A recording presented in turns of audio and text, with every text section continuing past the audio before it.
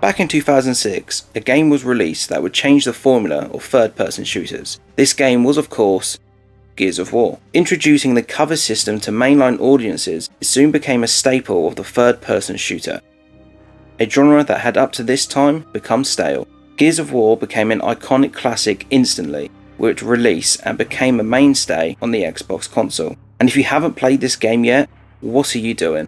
The entire franchise is on Game Pass, so put aside a few hours and dive into this awesome series. For those that did finish the game, we were left with this amazing speech from Hoffman himself. Earlier today, your gears successfully deployed the light mass bomb. We have destroyed the enemy stronghold. This war has exacted a heavy price from all of us. It has torn our world apart. But you have my word that we will rise again. An awesome speech to the end of the game. The enemy stronghold destroyed, the enemy beaten, another war finished. On to the next. Wait, that wasn't the end? They do not understand. They do not know why we wage this war. Why we cannot stop. Will not stop. Why we will fight and fight and fight. Until we win. Or we die. And we are not dead yet. So the OG game ended on a bit of a cliffhanger, and we were all left with questions on who that Caped Theron was. One theory, and the most solid of them out there, was that this was simply meant to be the Locust Queen, but the character model had not yet been designed, so they went with a Caped Theron. This theory is confirmed with the release of the Ultimate Edition of Gears of War, which replaces the Theron with Myra in her Gears 3 armour. They do not understand. They do not know why we wage this war. Why we cannot stop. Will not stop.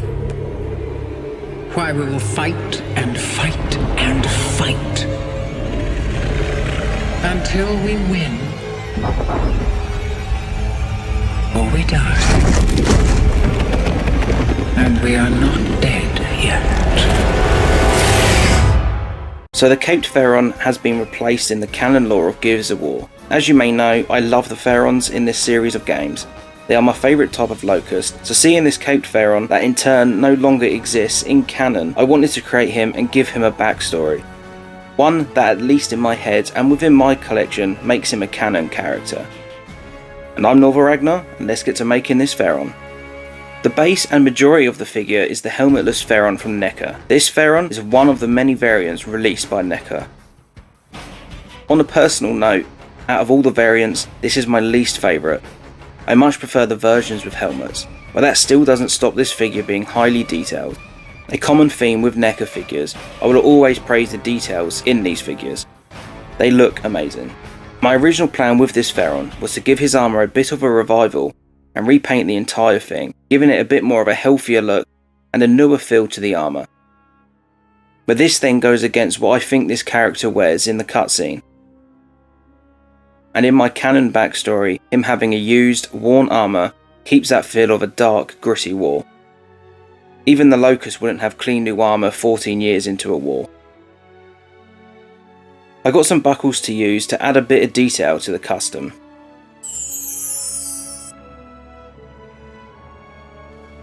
I got some nice red fabric. This should work nicely for the cape.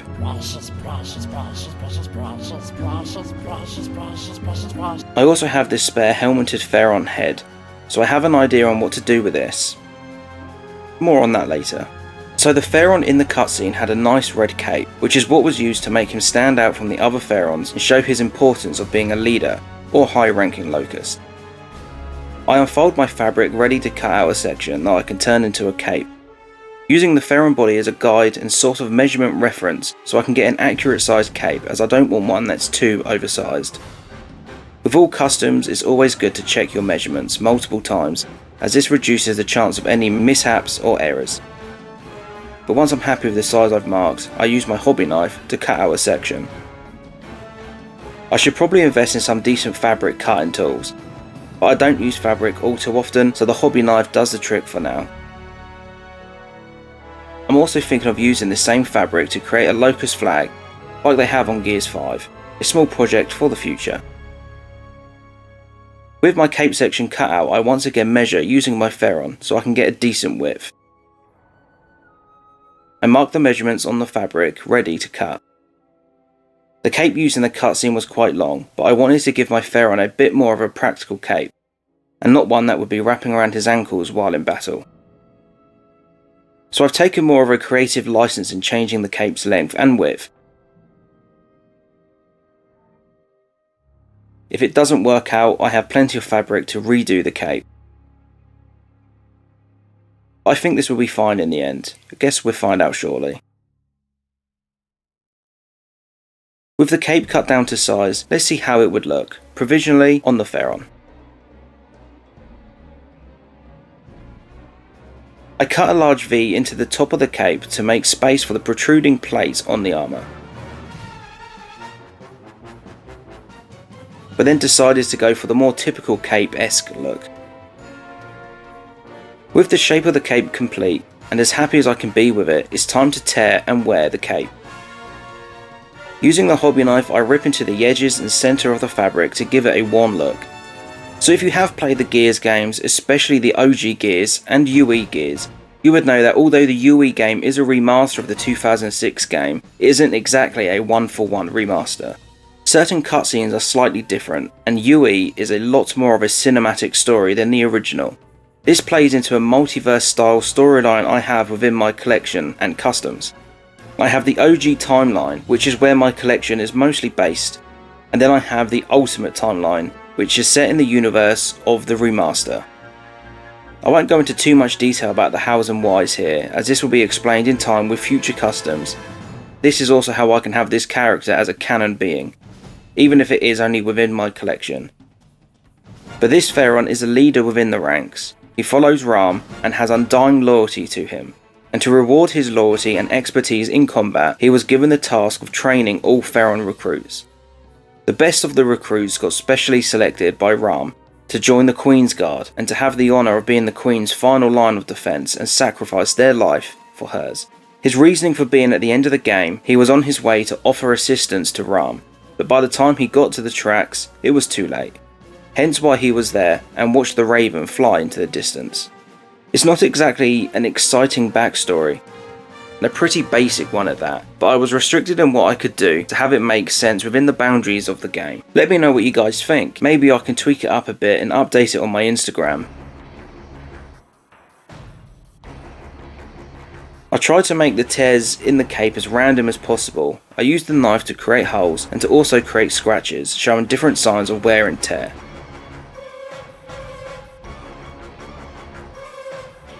Again, I doubt the Locust army have an abundance of clean, fresh capes lying in their storeroom.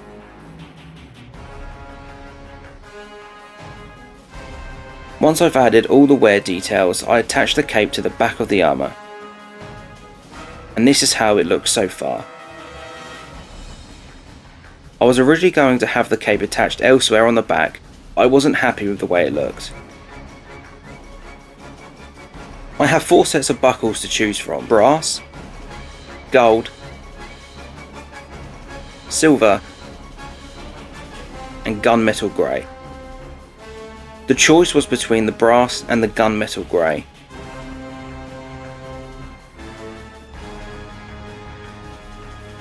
So I chose brass. A quick check of where I want the buckles to go. Once happy, it's time to add some fabric. I need to give the look of the cape being held up by the buckles, so I need some strips of fabric. I cut small strips from the spare fabric I had lying around. I make sure the fabric is thin enough to go through the buckle, like so. Then it's the painful task of gluing the fabric ends over on itself, which can be kind of fiddly when you've got big old sausage fingers like mine. But with plenty of patience, I get the task completed. I repeat the process to get the opposite end of the strap glued down. I double the process to give me 2 buckles. The next step was attaching the buckles and strap to the cape. A small dose of glue on the back and then pressed into place.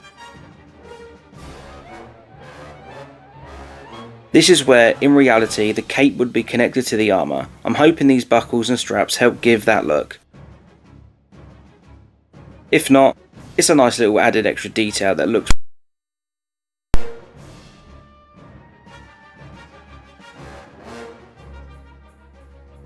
Off camera, I added some spare pouches to the legs and back. Just a little added extra to differentiate this Theron from the rest. And the cape, of course. I want to hollow out the head and leave only the helmet, to add as an accessory to this custom so he can wear if needed. Time to bring out the old trusty rotary tool set to grind out the head. This will be the first time using this to this capacity, so this is going to be fun. Time to hack away at the head. I want me a helmet. So I hollowed out the helmet while forgetting to press record, and this is how it looks. Let's double check that it fits.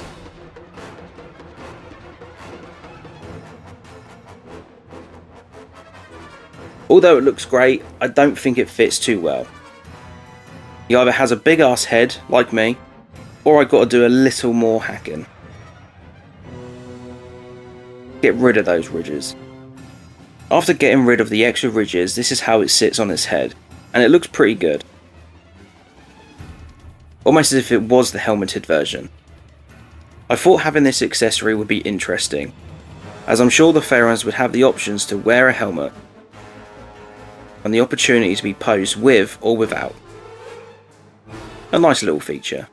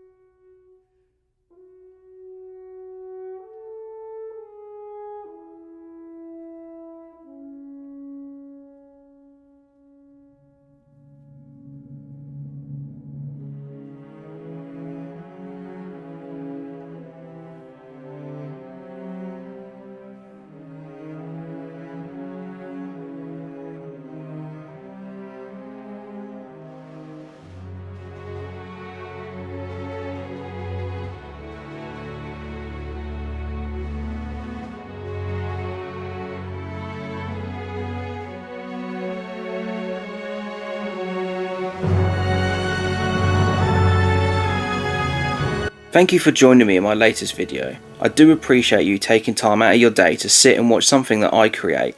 This wasn't too much of a complicated custom, but after some tough months it was nice to have somewhat of an easy custom to make.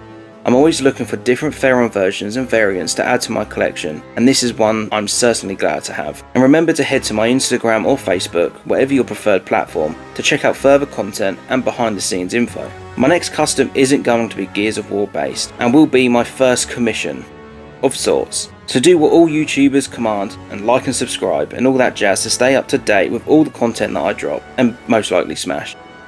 But once again, thank you all, and as always, stay safe.